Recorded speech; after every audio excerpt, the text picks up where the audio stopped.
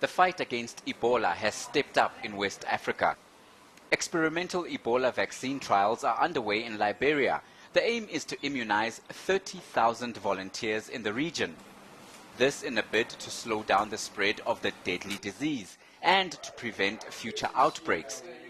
Volunteers understand they shouldn't ignore the basics. Yeah, me that I want to take the vaccine, I should go shaking and walking people know. I have to stay with myself because they both told that they try the vaccine is a trial. They want to know what I will work.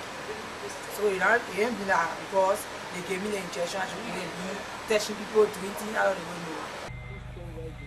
The total number of Ebola cases in Guinea, Sierra Leone and Liberia has exceeded 22,000, with almost 8,800 deaths. The World Health Organization says the spread of the virus is slowing down in the region, but the UN Office for the Coordination of Humanitarian Affairs says things could have been much better. That's if the whole amount pledged last year to fight the virus had reached the affected countries.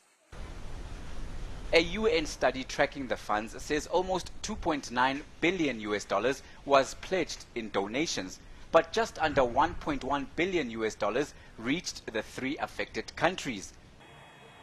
Researchers say this may have contributed to the spread of the virus and could have increased the country's financial needs.